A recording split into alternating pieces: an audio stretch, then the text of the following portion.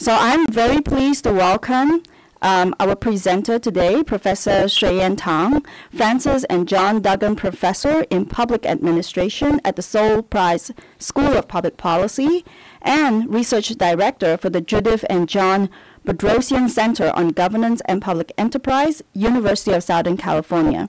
Professor Tang's research focuses on institutional analysis and design, collaborative governance and governance reform, and environmental politics and policy.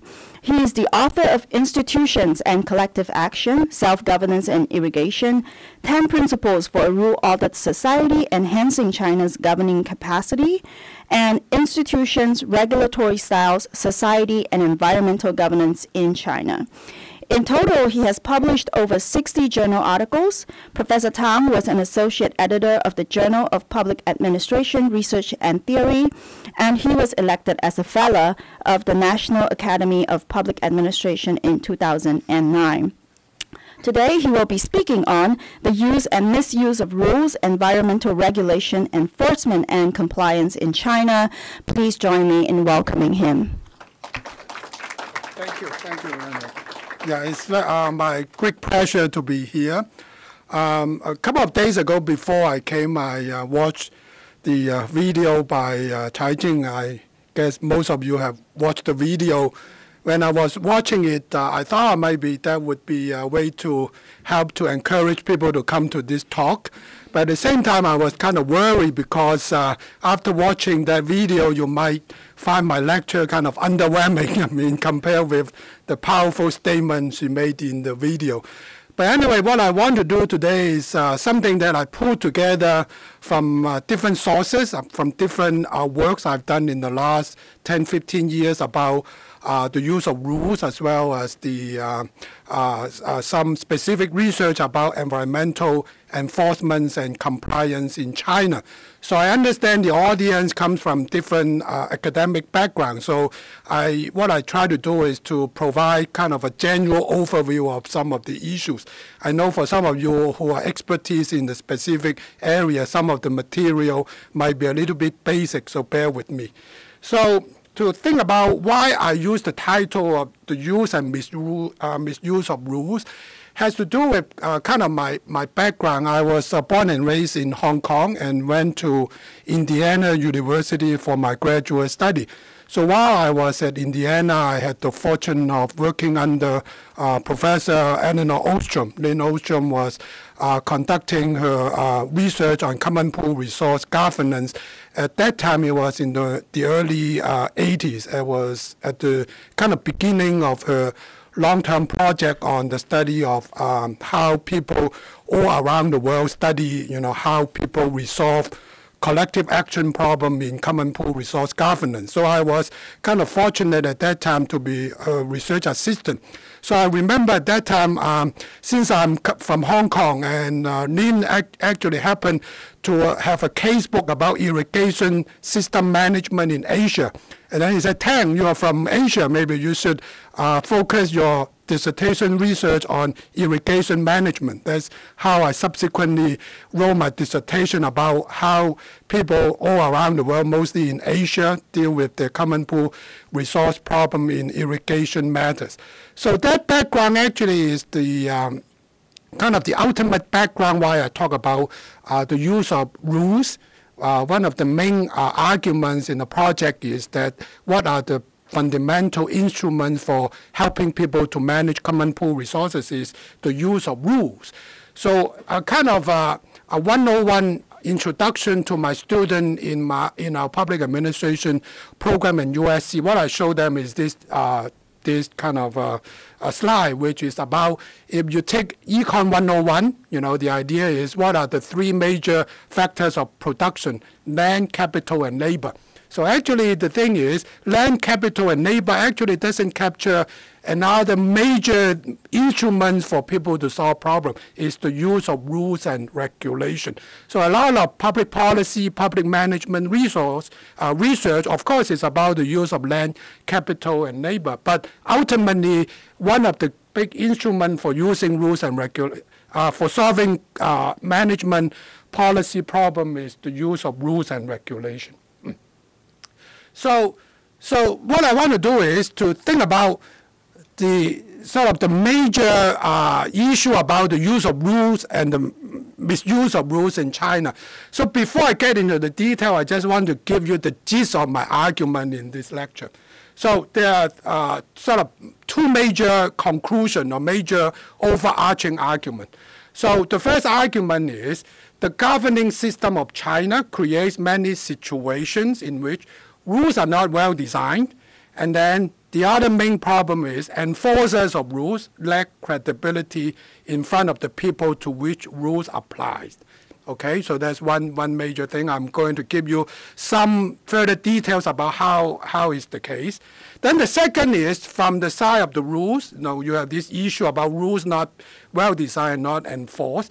Then what about from the side of the people who have to follow the rules? Then my main argument is that people comply with government regulation, mostly in many cases not out of a concern for legality, but actually a concern for how they can minimize arbitrary harms imposed by the government enforcer.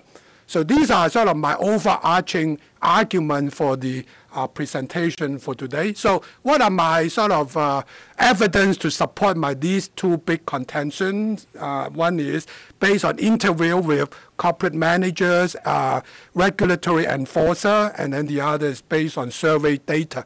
And most of my work is actually done in Guangdong province. So a lot of people would actually question a lot of my arguments because Guangdong now might not be actually typical in China anymore, because Guangdong, I would say, in many cases, my own personal impression is a lot of the things now in Guangdong province, I think, are much better managed than in the rest of other inner provinces. So these are the major theme of the lecture. So these are the major sources of what we're going to talk about. We have to skip that. So one thing is kind of a self-advertisement is a book that I published about a couple of years ago. Actually, it was published in Beijing. That the book was a very short book, only about 100 pages, in both English and Chinese, which talks about some basic principle about how to use rules and what are some of the problems for why in China the use and the misuse of rules is so pervasive. So I'll go into some more detail later. The other is another book that is more focused on environmental governance in China. And then I have a couple of articles that cover the research I did in Guangdong province to talk about, given the kind of governing system in China, what are some of the issues about regulatory enforcement and compliance. So I have a lot of co-authors. Sorry that I don't have time to mention all of the names here, but they're all on the slides. So one main argument from my book that was published a couple of years ago was this idea about what are some of the general principles for the use of rules. So it's kind of the stuff I teach in my own MPA class at the University of Southern California. So what I told people are that rules are what we use to manage things, to solve public policy problem, in addition to the land capital and neighbor, kind of inputs. So what I did here was to lay out these 10 principles. So I'm not going to go through the details. So basically what I say is in order to be able to use rules effectively, they are basic principles. So if you look at these 10 principles, I would say principle 1 to principle 5 are what we call operational principle for good use of rules. Meaning that you have to make sure that rules are not too difficult to follow, that you make them easy to understand, easy to enforce. Then you have a social condition. Everybody expects everybody else to be following the rules in addition to yourself. And then enforcement is reasonable, fair, and consistent. Okay, these are what I call the operational principle, meaning that if you have a rule, you have to enforce. These are the 5 conditions that would make it effective as a way of coordinating human activities. So of course, if you read through it, then you can easily think of a lot of situations in China, in terms of how these 5 operational principles are easily violated in the context of China. Then my question is actually thinking about if you are a petty bureaucrat at a local environmental protection bureau, then you are supposed to do things according to these 5 principles. But I'm telling you that actually the problem is if you are the head of the Environmental Protection Bureau, even though you know these 5 good principles for operational, how to use rules in the most effective, efficient way, then in many cases you will not be able to follow these 5 particular principles, not because of your own moral failure, but because the larger governing system might not provide you with the opportunity to do that. That goes to principles 6 to 10, meaning that in order for rules to be reasonable, for people to want to actually support the enforcement of that particular rules, even using their own informal, social pressure to enforce it among their peers, then the problem is if the rules themselves are not fitted to the characteristic of the problem you have to solve, if rules are made at a level that is far away from the community to which the rules are applied, then you don't have a condition to actually make sure that people at the operational level can actually use good practice of developing and enforcing rules. So that is sort of the context for understanding a lot of the things I'm going to talk about in terms of understanding why principle 1 to 5 are often violated.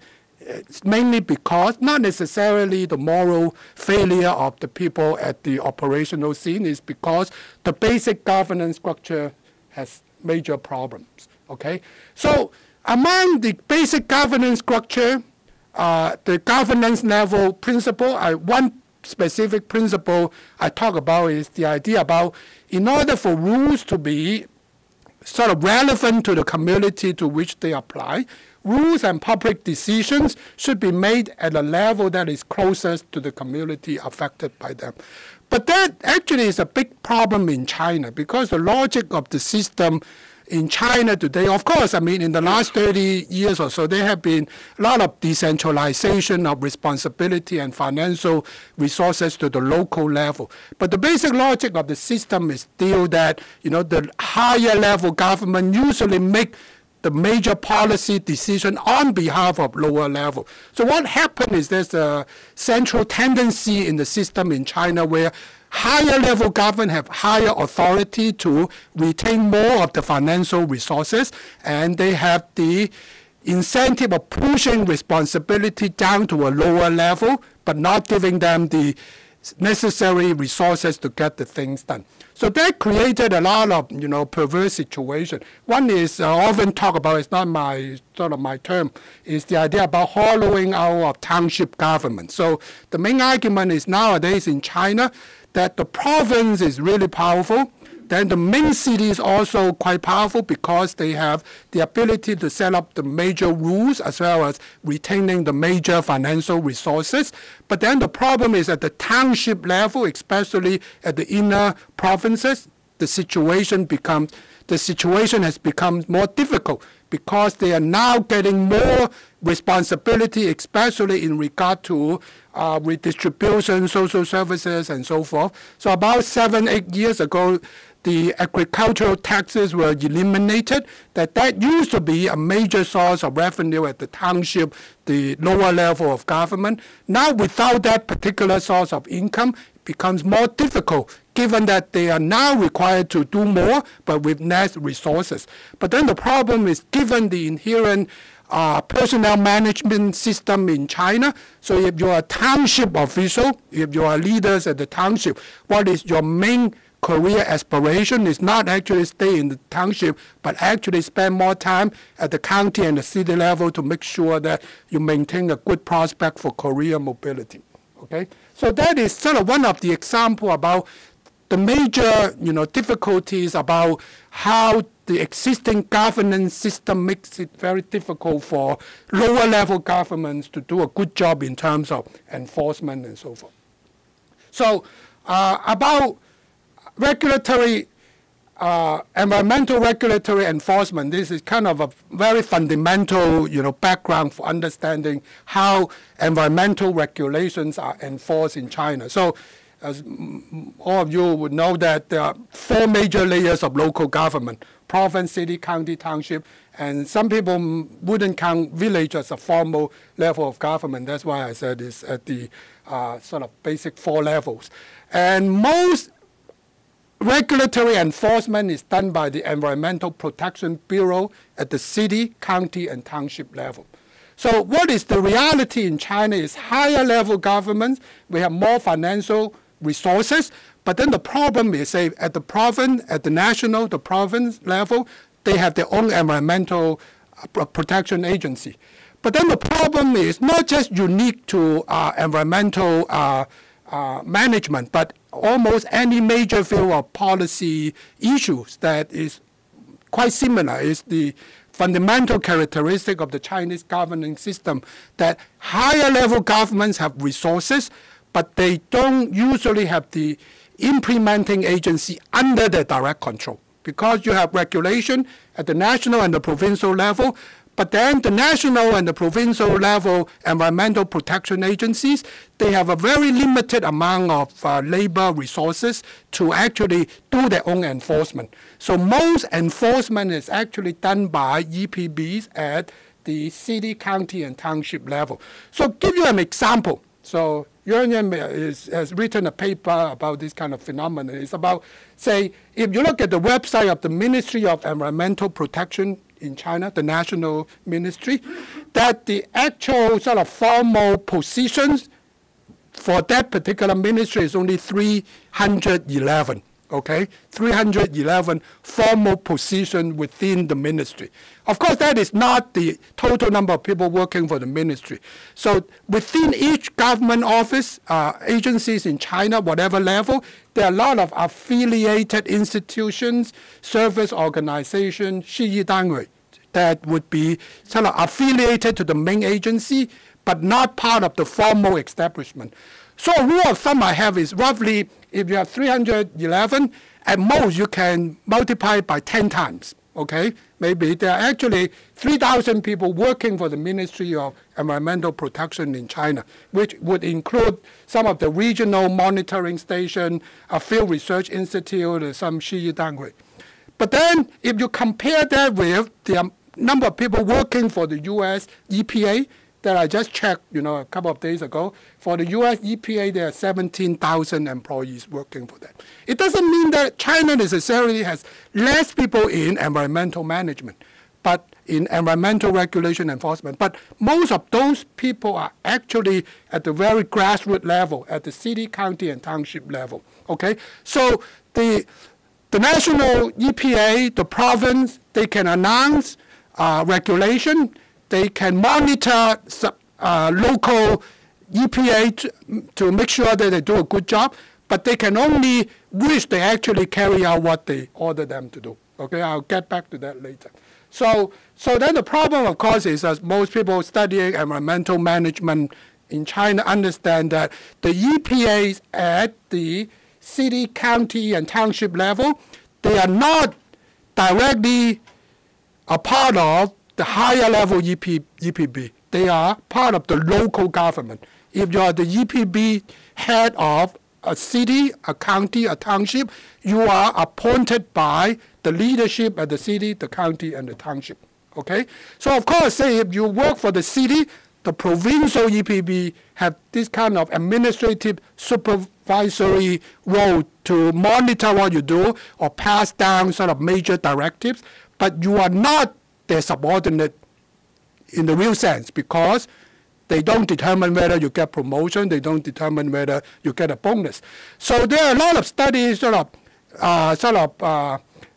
detailing the kind of bargaining relationship between, say, a city EPB with a provincial EPB. Because a provincial EPB doesn't have direct line supervision of the lower level EPB, they have a lot of demands on them, but then the problem is that those at the lower level, their boss ultimately is the party secretary of the county instead of the provincial EPB. So that creates a lot of difficulty in terms of the extent to which wishes at the higher level could be implemented at the lower level. And ultimately, the last point I have here is the local government leadership ultimately has a stronger influence on how enforcement is carried out. What are the priorities?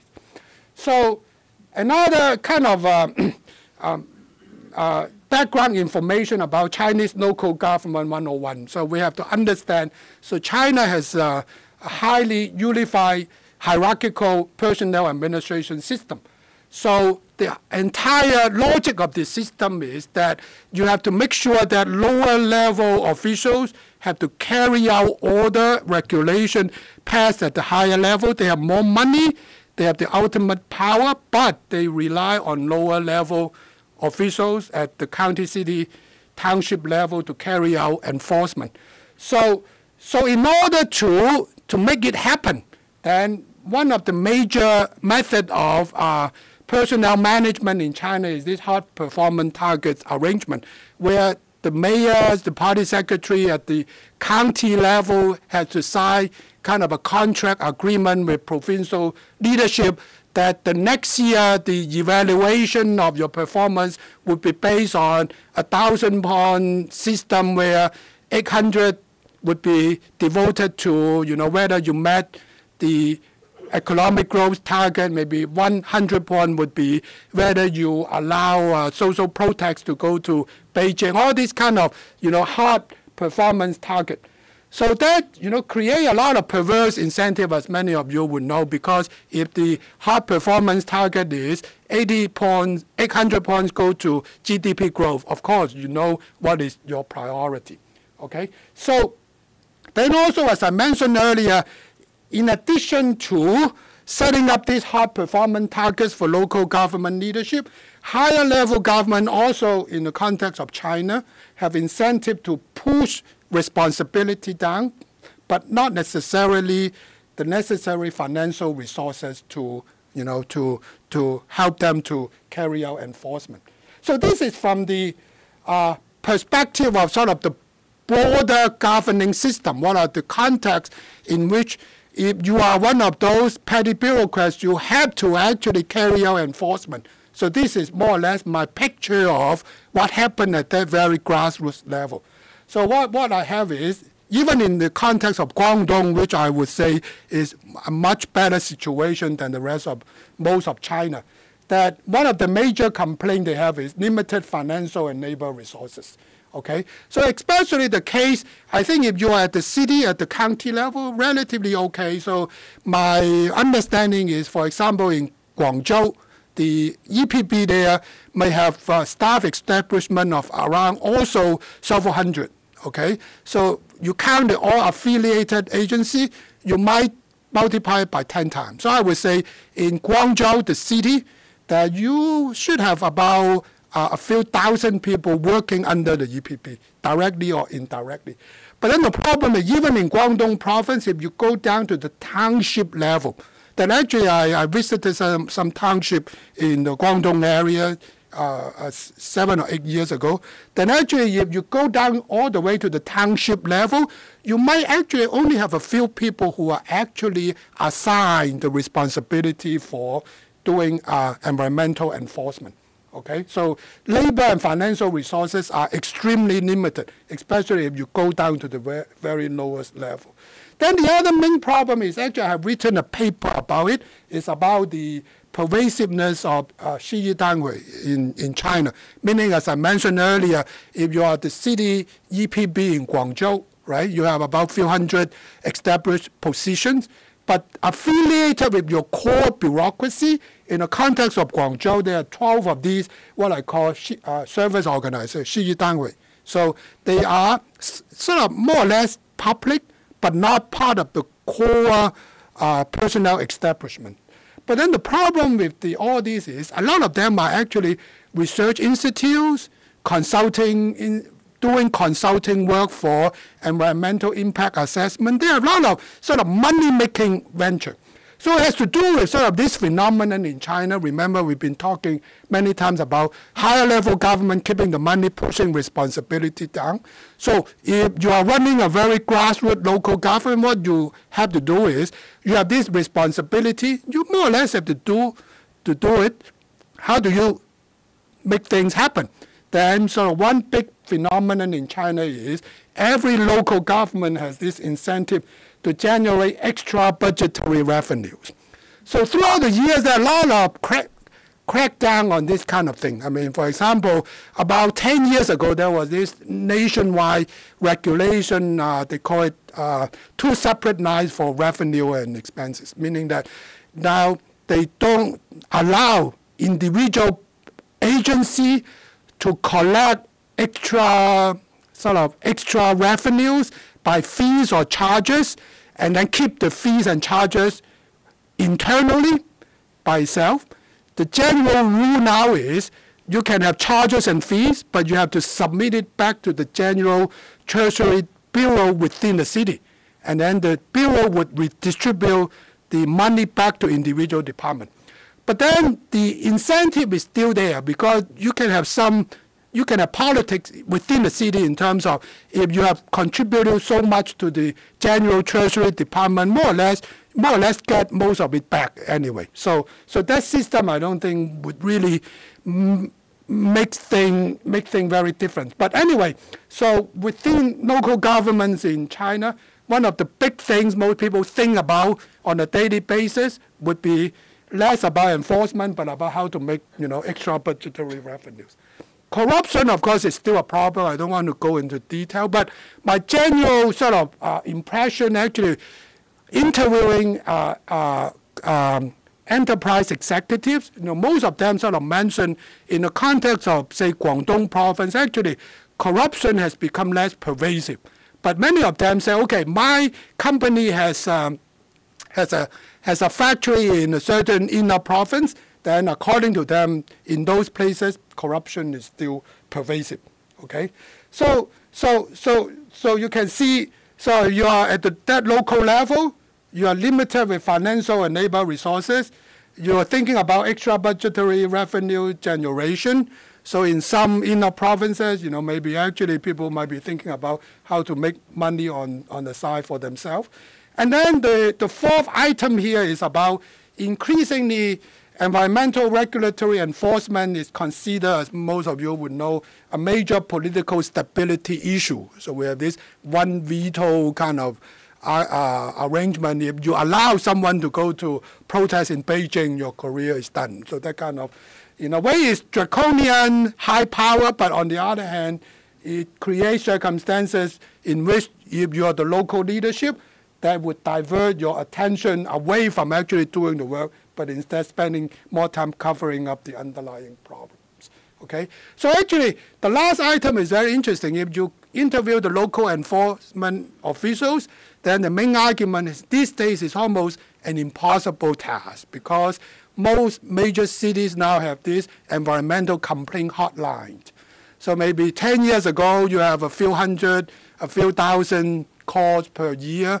Now it's hundreds of thousands. So a lot of EPBs, they are kind of busy, answering those calls. And sometimes I could understand from their perspective, sometimes the complaint might not be even relevant to the EPBs because it's, someone is making noise, then maybe the right office is not the environmental protection hotline, might be the Chengguan, maybe the agency to deal with it. So then a lot of the local officials are feeling this kind of overwhelming, responsibility. I would venture to say if you are kind of someone promising in the Chinese local bureaucracy, one of the worst assignment would be to be the head of a local EPB. Right? So you don't want to do that. So then what about sort of, given all this, so how do you look at it from the perspective of the enterprise executive? So as I said, you have to be careful because a lot of my interviews and the survey is actually from people who are willing to talk to us. And those are already, I would say, trying to do their best to comply with rules, not those regular ones that would totally ignore all these rules and regulations. But here are sort of kind of my overall impression I got from, the interview and the data, which I'll show you some of the detailed data later. So from the enterprise's perspective. So I have sort of two sets of data. One is based on a survey or an interview with enterprises, kind of ownership based in Hong Kong, but operating factories in Guangdong. Okay, that's one set. And also have another set is domestic sort of in Guangdong enterprises. So these are 5 things I would sort of my impressionistic summary of sort of what are the attitude, even among these, I would say the most forward-looking, most progressive types of enterprises. So the first is they do care about the financial consequences for financial environmental mismanagement. But then among them, they would indicate that actually some are doing better, some are doing less. I'll show you the exact quote later, but these are the overall summary. Then the other is almost universal. If you talk to anyone, enterprise executive in China, is too many rules, not sure what they mean, which ones are important. And enforcement priority can change easily. So you say, if you have a new county party secretary, then maybe he has his own agenda. They would focus on air pollution instead of water. So then the whole enforcement priority could change. For them, it's very difficult to gauge what should I do, given all this confusion. Then the third is related back to what I said about sort of what are the kind of the priorities of the enforcer, extra budgetary revenue, a lot of different considerations. So many of them would be suspicious if the regulator shows up. What does he want? Many of them actually complain about in the usual scenario is an enforcer comes along and say, oh, you have some issue with this and that, and then they always complain the executive. So I don't know exactly what rules they are referring to. If I'm breaking the rules, what are the most feasible technical means of compliance? They won't tell you, according to the executive. They won't tell you. And then actually a lot of them would have this kind of suspicion. Maybe the ultimate objective of this enforcer telling you things are not going well is, oh, by the way, we have a consulting firm, so hire them and they will help you to take care of it. So I'm not saying that it's every case the same, but it's quite a common complaint from people we know. Then the last thing is that even executive, the most kind of progressive type, the one who wants to do a good job, in the context of China, ultimately you have to pay attention to the political wind, meaning that, is there some kind of a nationwide, province-wide campaign, then now they're focusing on water, then if you do water, make sure you do a good job. So some specific quotes. So this is about, they do care about the financial consequences. So what they said is coming from, an executive saying that some companies are, not doing it actively and voluntarily in terms of environmental management. But they do understand that in the mainland, the standard is getting stricter and stricter. So a lot of them, those the more progressive ones, they do realize better do it rather than wait until they have major trouble. So that's one thing. They do care about the financial consequences. Then the other is actually, I think the first one is quite telling. What it says, we always tell people, especially global customers, China's environmental laws are more comprehensive than the sum of all those in Europe and the US. So it's a matter of enforcement. It's not a matter of, because the laws here are very vague, if they want to charge you, anything they can come up and you'll be charged. So it's not a matter of the law. That kind of perception about, as I said, the credibility of people coming to enforce the regulation. So that gets into sort of the example I talk about, the extra, assuming extra legal motives on the part of the enforcer. But they won't bring up a law to talk to you. So we have a number of consulting firms. Try one of them would be kind of a good way for handling, what they demand from the perspective of the enterprise executive. And then this one is about, it's one argument from one of our papers. We have statistical evidence to back it up. It's about the idea about self-protection, meaning that from their perspective, there's a lot of arbitrariness in terms of how rules are enforced. So for them, many of them is about self-protection. So to shield yourself from the so-called the department, and to avoid harsh demand for correction in the future. Okay, so make sure that no matter whether they do it legitimately or not, if you feel you're being targeted, you better take care of the situation. So this is sort of the statistical result based on the survey on Hong Kong company. Okay, so if you look at sort of what I highlighted, I won't get into the detail about the specification and so forth, but I could sort of provide you with this basic summary of the statistical result if you trust that it's properly done. So basically what it says is they do care about, the perception of potential punishment. So if those who said, actually the amount we expect from being fined would be quite considerable given the scale of our company, the chances of being punished is high if we break the rule and so forth. So that does have a positive impact on whether you implemented basic practice. So what we do here is make a distinction between basic versus proactive. So a perception of potential punishment help people to do more basic practice. Then a better understanding of what rules are being enforced, positive for both basic and proactive. But then we have a measurement called concern for legality, meaning that do you care about breaking the law? Do you feel that you following the rules being important? There's no statistical significance. So here, of course, we have to say no statistical significance. Doesn't mean that I prove that it's not matter, but at least in this context, it's not significant. Okay. Then the other one is the perception for being targeted. Here we specifically sort of in the questionnaire, not that the key word is, about being targeted. Doesn't have to be for legitimate reason. If you feel that you're being watched in China, then it matters. Okay, so that positive for proactive practice. And then we have another set of results based on domestic firms. Okay, so there's another set of argument. I won't go into detail, but the general picture is still similar. So those who feel that they are confronted with confusing standards enforcement, usually the impact is negative to their practice. But if you have this perception about there's a clear political commitment from all levels of government to enforcement, meaning that you feel the political wind, those who tend to do more. Okay. So the last item is inspection frequency still matters, meaning it's related to being targeted. So in China, usually what they do is for each local EPB, they have a list of enterprises they have to inspect regularly. If you are on one of those lists, then usually they do a better job. Okay. So these are the sort of the general results. So I think it's about time to conclusion. Okay. So the conclusion is, so we have to understand regulatory enforcement and compliance in China in the context of the broader governing system in China.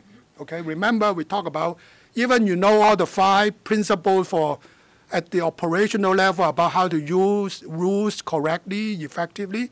But if you are someone running the EPB in the county, you know that principles 6 and 7 they created a lot of difficulty for you to do your job. So you have to understand regulatory compliance within the context in which the rule of law is relatively weak. And number 3 is about sort of how this relates back to a lot of the main argument in the Western literature about how to do good environmental regulatory enforcement. Because the Western literature actually emphasizes the idea of not being too draconian, be reasonable, be more flexible, help the regulators to comply, that kind of more flexible collaborative approach. But my sense is in the context of China, at least at this stage of development, might not be a good thing. If you become more flexible, then people will say, oh, are you expecting some money from me so you can be flexible? So it might not be a good idea. Maybe at this stage is rather to increase the credibility of the rules and the credibility of the enforcer. So I would say there are good signs because the people we interview in Guangdong province, most of them would say enforcers in Guangdong province tend to be more sort of more regular. They come, they won't bring in a lot of these other things compared with those in the inner provinces and so forth. So an important thing is how to increase the credibility of the rules and the rule enforcer. Apply sound principle for rulemaking and rule enforcement. To think about governance beyond economic growth. So actually I recently wrote a paper which is about a whole different issues about, so now China is into a stage where this model in the last 30 years worked, strong economic growth, but the system itself is not in tune with dealing with what I would describe as finer governance issue, environmental protection, social services, redistribution, social justice, this kind of thing.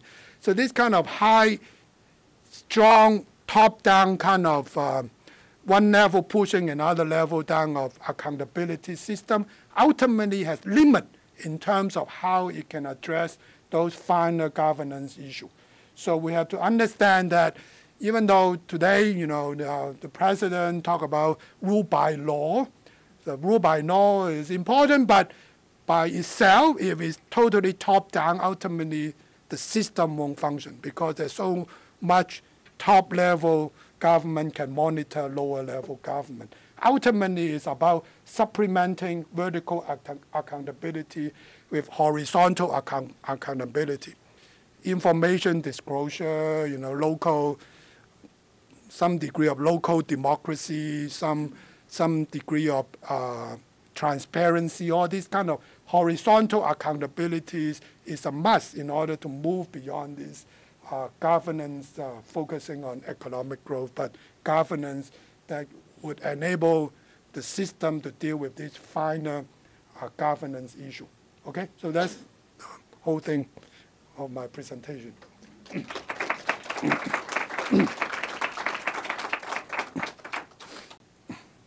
Oh, okay.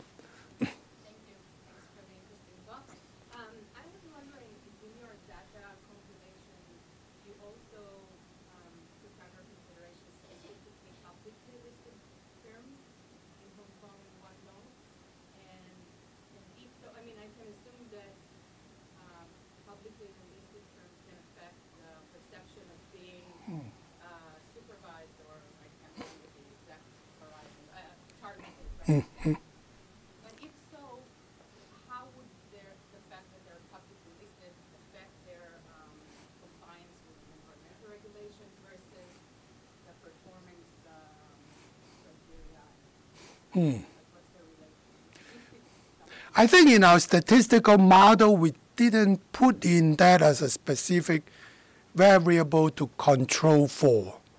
So what we did for the Hong Kong survey, it was actually facilitated by the Industrial Association in Hong Kong. So I would say those who participate probably are more and more progressive, but I don't think many of them are necessarily listed. So many of them could be privately held.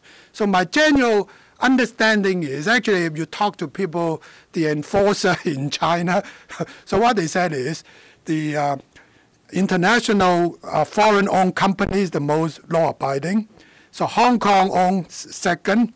So mainland owns the third. So who is the worst? I hate to say that. So what they said is actually many Taiwan-owned corporations were not behaving too well.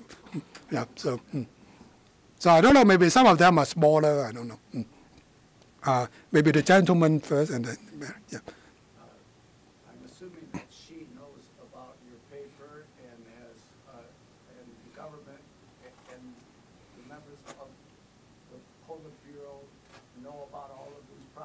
Mm-hmm. And they're trying to fix two major things. One of them is corruption, and one of them is pollution. Okay. So, what are his policies? Do you happen to know? How is he going to fix this? Okay. So there are two aspects to it. So what I say is, one is to look at it from a more macro perspective. And my study is very narrow, look at sort of enforcement of existing rules.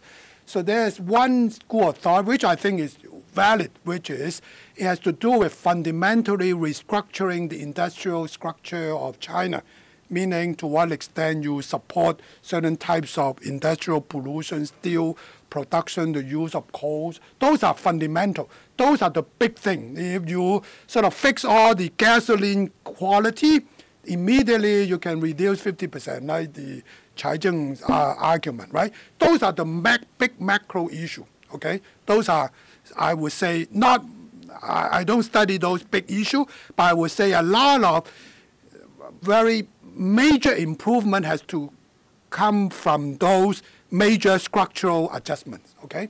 So my own little world here, I would say that would be sort of what I said at the very last point about supplementing the vertical accountability with horizontal accountability. So do more of those kind of transparency type of thing, information release, sort of more sort of allow local community to play a larger watchdog function, that kind of thing. And the other is you can't really change the whole system in terms of the central government, provincial government relying entirely on local government for enforcement. But I would venture to say that you can still do some more things. So remember I talked about sort of the Ministry of Environmental Protection with this 311 position plus a few affiliated organizations. Actually, there's proposals in recent years, not that they can take over everything, but at least, say, for example, one of the lessons learned from in the U.S. is actually a lot of environmental regulation enforcement were done at the national as well as the state level.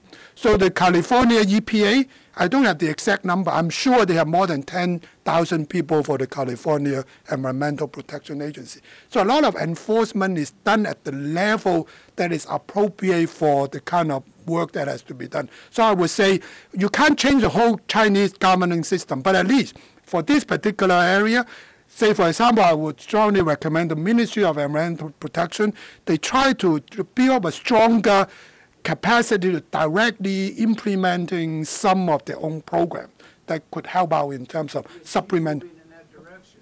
I think there were proposals about that. You know, I think they are already doing it, but I don't specifically follow whether they actually follow that kind of direction.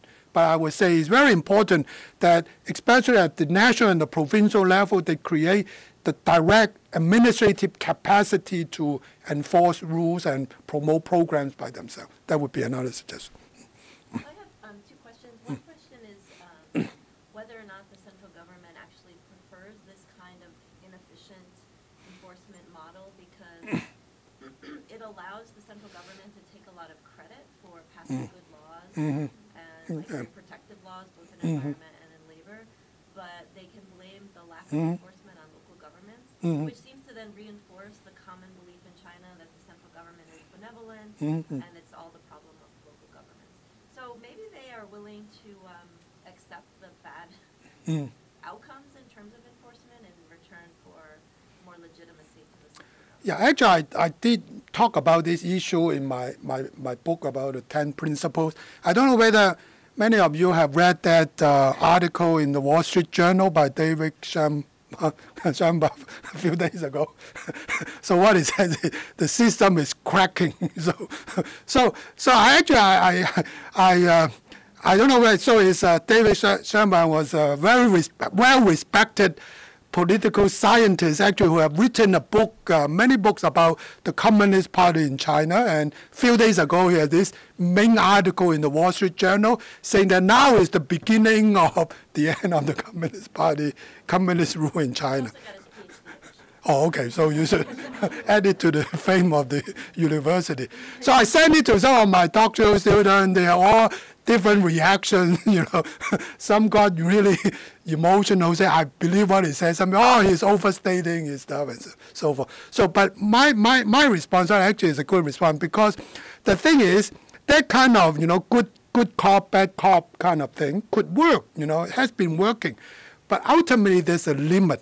I mean, if you allow that to happen, not just in environmental management, in many other things, then you create kind of a pervasive pervasive feeling about failure, then ultimately it would hurt you in the long run. One thing actually I've been trying to do is actually my agenda. You know, Wang Qishan, you know, doing the corruption czar in China, recommended people to read Tocqueville's The Old Regime and the Revolution, you know. So I don't know what he was thinking when he was recommending the book, right? So is he talking about an impending revolution in China? Or is he talking about nothing has changed in the last 100 years? Or what? But that if you read Tocqueville's The Old Regime again, then you really sort of rings true in a lot of things. I mean, meaning that actually I was reading the conclusion of the book last night one more time. I read it five, 6 times. What it says is one of the problems before the French Revolution was the monarchy kept reminding people about what kind of a bad deal they are getting from the aristocrats. But then they were continuing to give the aristocrats privileges that the ordinary people felt unfair. Then that kind of a reminder, maybe the monarch didn't think about it would harm the system so much, but in the long run, people get fed up, and then you'll be in trouble. So, in response to that point of view, I might say I have a friend there, and they don't care. They care that half of the year they can't send their children outside without something on their face to protect them from the environment. They don't care if it's state-run, local-run, or who's to blame. So they want it fixed. So that's right. So then the central leadership cannot afford to find a way to really fix it, right? So no matter who is to be blamed, but at the end of the day, then people blame on the entire system. Then you can't play the bad cop, good cop, you know, story too long. Could you elaborate more on the inclusion of environmental targets in the evaluation of leaders? And I know you briefly touched on it on one of the slides. Yeah, that actually is one thing that's very interesting. A lot of people might not be aware of it. I've written articles that talk about this issue because people saying that, okay, maybe 15, 20 years ago, the evaluation criteria would be mostly just economic growth. Then when you go and talk to the government people in Guangdong, for example, then they will tell, oh, now actually environmental protection is a target now, and is counted. But then if you look at cases that in many locations, it all varies. Every location is different because it's kind of negotiated on an annual basis in most local government situations. But then the way they count the weight assigned to environmental protection is still very tiny. It could be just a fraction of the whole thing. So as I said, I mean, if it's 1,000 pounds, maybe 50 is environmental protection. And then sort of this phenomenon. The phenomenon ultimately is sort of not just about environmental practice, it's the general bureaucratic culture. So it's almost 10 years ago. So I was in Guangdong province. So they were talking to me about sort of, oh, they have released the environmental ranking of all the main cities in Guangdong. You have around 20 there at that time. Then what he said is actually one particular city was ranked that last. And that the party secretary there really got into trouble if you are the last. So I would say if you are the bureaucrat, make sure you're not the last. That will expose you, make you vulnerable, right? But at least, you know, even if you're below the medium, roughly is okay. So that kind of thing. So. What would happen if you change the career incentives so that if that EVD area reduced particulate days by a certain percentage, that percentage of people from the personnel will be moved to the higher levels? Yeah, you can do that, but then if you play that too much, that there are always, you know, stories about the reactions to this kind of very top-down kind of way, because then you have the monitoring issue, you have data fabrication problems. It's very difficult because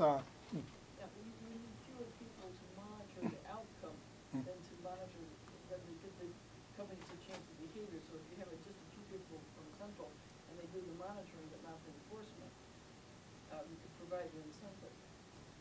Yeah, that's actually what was the system supposed to do. Was the system is supposed to do it this way, right? So that's the reason why the environmental ministry at the national level, they have this regional monitoring station, right? I think the the video actually mentioned one of those stations. You go and monitor, right? You find problems, but you don't have direct authority over who is responsible for enforcement. Yeah, I grant you it's like that. That's what they're doing. But you're saying that the EBD is a dead-end position for a career. Yeah, and then, And if there was a formal requirement that the number of people came through on that route varied with particulate days. yeah. Yeah, I understand. Then the question is, as we talked about earlier, then ultimately, at least within the existing system, is the party secretary, the party committee at the city that determines who got appointed to be the Environmental Protection Bureau chief and his career prospect, right? So then ultimately, it has to be whether the city leadership really is committed to promoting environmental protection, which I say would be true in some cases. But then what motivates the city leadership to be more focused on environmental protection would be the career prospect of the leadership, which are determined by higher level government, which have competing priorities. So I think it's kind of a possibility, but given the complexity, it would be, yeah. On a trivial level, in the United States, each senator gets, I think, to appoint a certain number of people to West Point. And so the equivalent would be get to appoint a certain number of people out of the EBD to such and such, and the more people that you can do this for, if the particulate days go down. Yeah, you can do that, yeah. So you go by sort of this objective, but actually in a way the problem is it's kind of to some extent perverse. I mean they could have that kind of very straightforward, clear guideline, but then the problem in China, they can always find something around it. So if ultimately it's still top down, I would say there's some kind of a reaction somehow that could be unanticipated. That's the reason why I'm not saying that that will not work. It would help. I'm not saying it's not Yeah, yeah, I'm not saying that those won't work at all. But I would say at the end of the day, if that's actually, I would say, the ultimate irony of, what the President Xi Jinping is trying to do. Because at the end of the day, trying to crack down on all these malpractices, ultimately is still a top-down exercise. So if you are using the same framework, then that's why David Sheinbaum's argument about cracking up could be, could well be the case, because ultimately it's still the same top-down model. I don't think you can really resolve a lot of the inherent internal contradictions of the system. So does that mean that in the future we won't see more either like labor, tourist, or NGO influences? Are we really stuck within this governmental framework to address this? I would say maybe the leadership, the national leadership is really not thinking about those. On the Wall Street Journal, the same day, the same page, they have another article about cracking down on international NGOs in China. The same page, yeah.